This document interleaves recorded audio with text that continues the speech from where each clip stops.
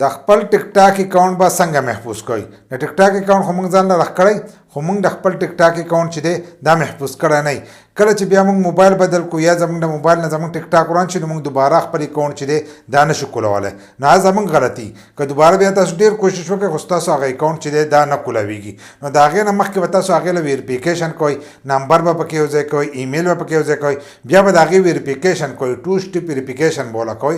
نو د هغې نه به وروسته ستاسو اکاونټ چې دی دا محفوظ کېږي. که تاسو دغه 2 سټپ ویریفیکیشن نه کړی نو بیا ستاسو اکاونټ چې دی نه کولاویږي. بل د دې دا فایده که ستاسو پاسورډ هم چاته معلومي د ټیک ټاکو نو بیا هم ستاسو هغه د اکاونټ چې دی هغه نشي ورته کېدلی، ځکه چې ستاسو هغه ایمیل ته به هلته کې او ټي پي کوډ راځي. دغه شانتې که تاسو پکې د موبایل نمبر ورکړی نو هغې ته به هغه او ټي پي کوډ راځي. نو د هغې په ترو باندې به هغه کولاویږي. چې تاسو هغه او ټي پي کوډ نه ولی نو که هغه پاسورډ ورکوئ خو هغه ته به هغه اکاونټ چې دی دا به نه کولاویږي. نو په نننۍ ویډیو کې به دغه طریقه زه تاسو ته ښیم، خو د هغې لپاره چې دی ویډیو به پوره ګورئ، یو لایک شیر کمنټ چې دی ویډیو له به لازم ورکوئ. نو زه موبایل سکرین ته دغه طریقه زده کوم چې ټیک ټاک له 2 سټپ ویریفیکیشن څنګه کېږي.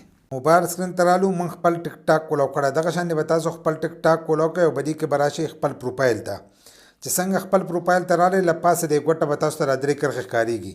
دا به ځان سره دغه شانتې ووایي. چې څنګه یې دا وویل نو د لاندې نه به تاسو ته دا 3 اپشنونه چې دا به کولاو شي. په دې کې به اخرنی اپشن تاسو ته ښکارېږي د سیټینګ اینډ پرایویسي. دا چې لیکلی دا به ځان سره کولاو کوئ. چې څنګه دا کولاو کړو نو تاسو به دې مخ ته راشئ.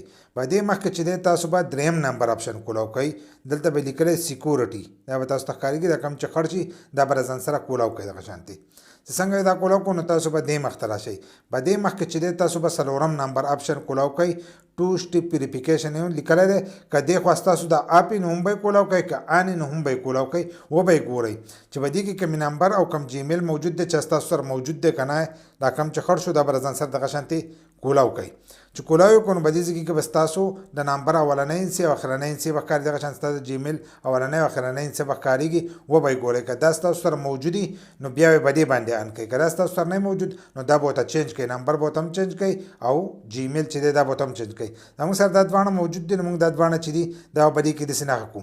چې څنګه یې دغه نښه کړه لاندې دا سره پټه چې دی دا موږ ته ښکاره شوه او په دې کې سپین لیکل هم دي. نو ټرن آن یې لیکلی. څنګه دا موږ ووو نو په دې باندې 2 سټپ ویریفیکیشن چې دی دا به آن شي. دا ګورو دا 2 سټپ ویریفیکیشن چې دی دا آن شو. که ستاسو په هغه کې نه موجود نو بیا به ستاسو هغې ته او ټي پي کوډ درځي. نو هغه او ټي پي کوډ چې دی به تاسو د جیمیل نمبر به دې کې به ورکوئ او د نمبر هغه هم به دې کې ورکوئ. نو حل به بیا ستاسو 2 سټپ ویریفیکیشن چې دی دا به کېږي. دا موږ دا د مخکې نه موجود و 2 سټپ ویریفیکیشن. بس په دې طریقې سره تاسو خپل ټیک ټاک له 2 سټپ ویریفیکیشن چې دی دا کولی شئ. که چاله د نمبر د اړچولو او د جیمیل اکاونټ د اړچولو طریقه نه ورځي نو د دې په باره کې چې دا زموږ ویډیو زموږ په یوټیوب چینل کې پرته ده، په هغې طریقه پکې تاسو نمبر هم ور شئ او دغه جیمیل اکاونټ چې دی هغه پکې هم ور شئ. که څوک پاسورډ چینج کوي نو د پاسورډ چینج کولو په باره کې چې دا هم زموږ په یوټیوب چینل کې چې دا ویډیو موجود ده.